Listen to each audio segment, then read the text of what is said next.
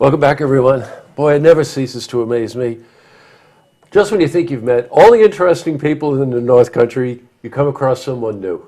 And this is a perfect example. I'm joined today, Valerie Buck is here. And the organization that she started is called ACT Naturally. Now, we'll explain what that means in a minute. But pretty much, it's an organization that takes horses when they pretty much finish their racing career and finds a way for that horse to transition from that very regimented life that they've been in into this wonderful sort of open field, I guess pun intended, of what is possible for the rest of their lives. I got to tell you something, I think that's super fascinating. So at any rate, welcome. It's really nice to have you here. Thank you for having me. It's nice to be here. You have quite a history with horses.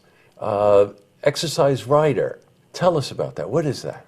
Well, I spent 28 years in the thoroughbred racing industry riding some of the champions, the best horses that came along in my generation. We got up at 4 a.m., 7 days a week, every day Wow. And it's fun. It's exhilarating. The racing community becomes your family. You travel with them. You celebrate together. You grieve together. Mm-hmm. It was a fun, exciting life. You know, I want to just go a little bit further into that because, you know, when you say exercise rider, you know, if you don't know anything about the horse world at all, you think, oh, it's like going to a gym. But you realize that these horses are under a very, very specific regimen, and that getting up at 4 in the morning is to work that horse out with the team, with the trainer and everything else before the day gets too warm in a lot of cases, right? To really just set the pace for the day for that horse, because again, that's very regimented, and the training process is really something, isn't it? Yes, it is. They're creatures of habit, so you want to keep the routine going same every day.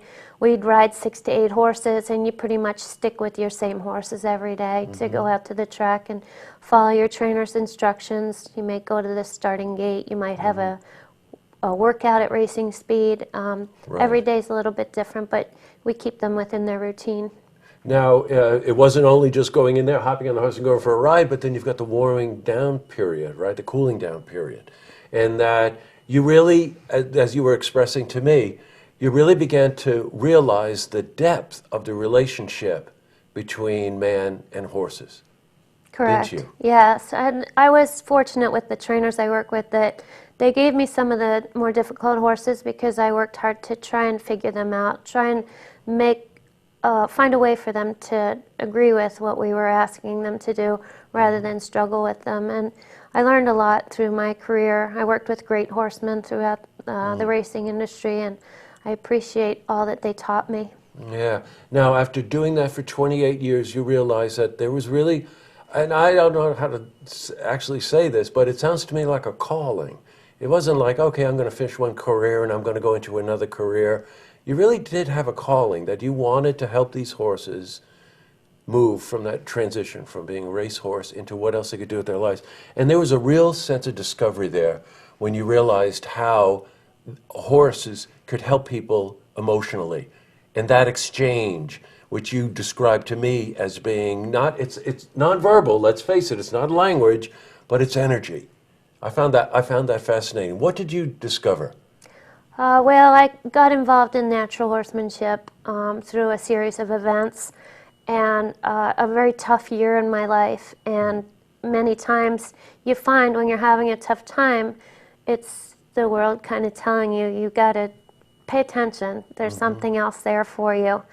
And throughout the help of some friends and my father and my stepmother, I was able to take a course in this natural horsemanship with Pat and Linda Pirelli in Ocala, Florida, and it changed my life. I was very emotional there. It rejuvenated my passion for being with horses again. When I was asking Valerie before this interview, you know, how did you first make those steps in that kind of level of communication? Having great communication for 28 years with horses, she told me a great story, and I'm going to just tell it real quickly. So that you were sitting at whether it was a paddock or whatever it was, and you were watching the horses, and you were just sitting there watching the way that they were communicating and discovering their nonverbal communication and how powerful it was.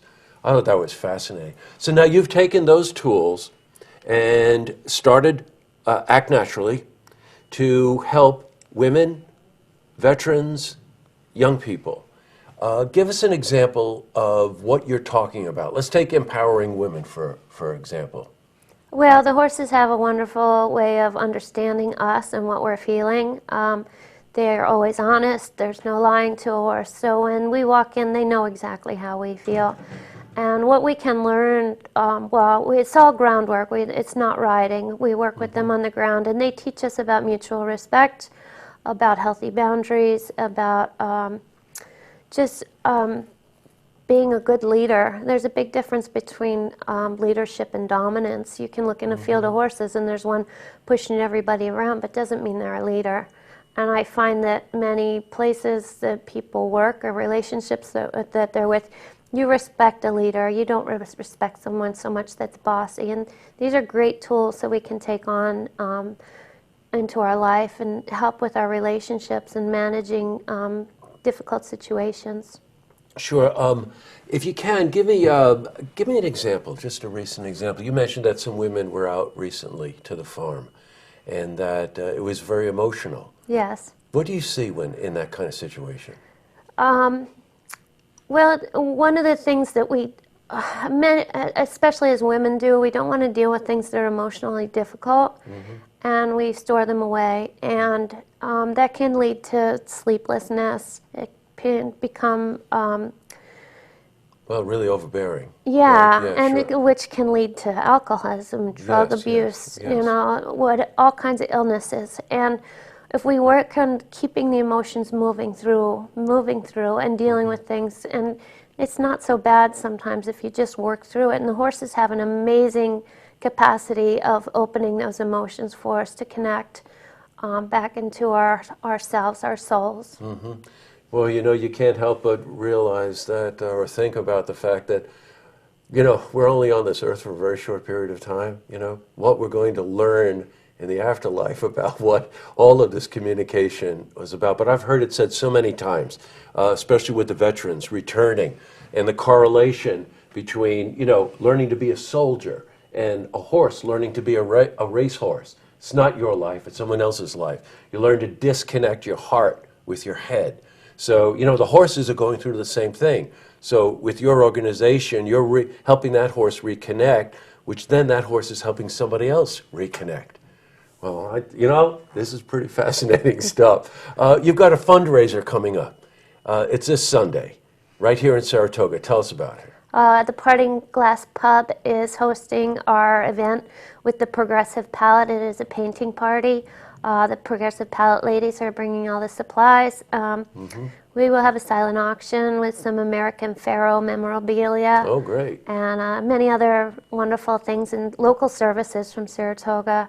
The tickets are available online for $40. And the money raised will help us feed the horses through the winter. And as a young nonprofit organization, we rely on private donations and the fundraisers that we're doing before we become eligible for some grant money that we will be able to reach out for as our organization turns 3 years old in 2016. Right. A quick shout out to Paul out in Cambridge there. Wonderful farm. That's where this organization is based. You told me that was like a dream come true. The horses need to be fed through the winter.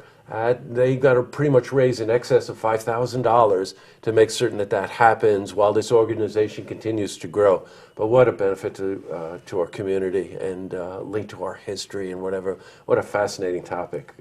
Health, history, and horses. Health, history, and horses. Yes, that's true. Well, Valerie, thank you very much for coming in. And again, that fundraiser is this Sunday, Parting Glass.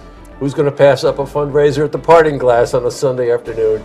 And that donation then goes to help this organization make certain that these horses, 17 of them, I think you told me, right? Correct. Are well fed through the winter. Thank you, Valerie, for coming in. Thank you so much for having me. You're welcome. To see this interview again, you can head to our website, looktvonline.com.